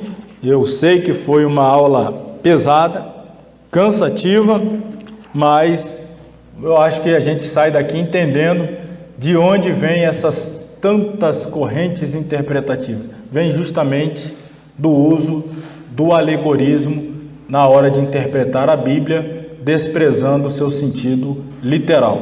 Na semana que vem, a gente vai falar no início, bem rapidamente, do pós-milenismo, que quase anda de mão dada com os amilenismos, e aí a gente vai entrar então nas correntes escatológicas que nós defendemos, vamos nos aprofundar, então terá bem mais a ver conosco, a gente vai se aprofundar nos textos, interpretá-los, vai ser uma aula desse ponto assim mais produtiva, porque não se trata muito de falar do que os outros pensam, entendem e interpretam, mas nós vamos lançar luz através da interpretação literal da forma como nós entendemos a escatologia, mais especificamente o livro do Apocalipse.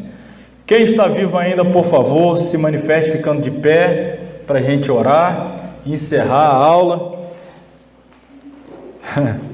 Tem gente que vai ter pesadelo hoje, né?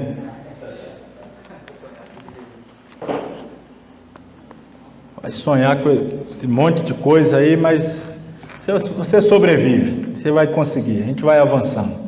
Muito obrigado a todos pela atenção, pela paciência, irmãos. Eu reconheço quando a coisa é pesada mesmo, eu faço o máximo para quebrar e tentar, mas tem aulas que é assim mesmo, e a gente vamos em frente.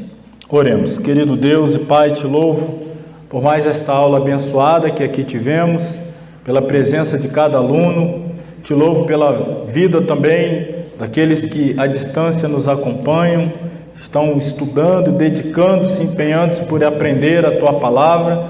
Pedimos que o Senhor recompense, ó Pai, este esforço, esta dedicação, apesar de todas as dificuldades, mas que o Senhor venha recompensar-nos de uma forma especial. Nós oramos pedindo que nos leve em paz aos nossos lares, continue protegendo-nos no decorrer desta semana, ser conosco, nos ajuda a sermos cristãos melhores, de servir cada vez mais e melhor para a glória e honra do nome de Jesus. E neste nome que nós oramos, amém. Que o grande amor de Deus, o nosso Pai, a graça do Senhor Jesus Cristo, a comunhão e a consolação do Espírito Santo seja com todos que amam e aguardam a volta de Jesus, e todos digam amém. Deus abençoe.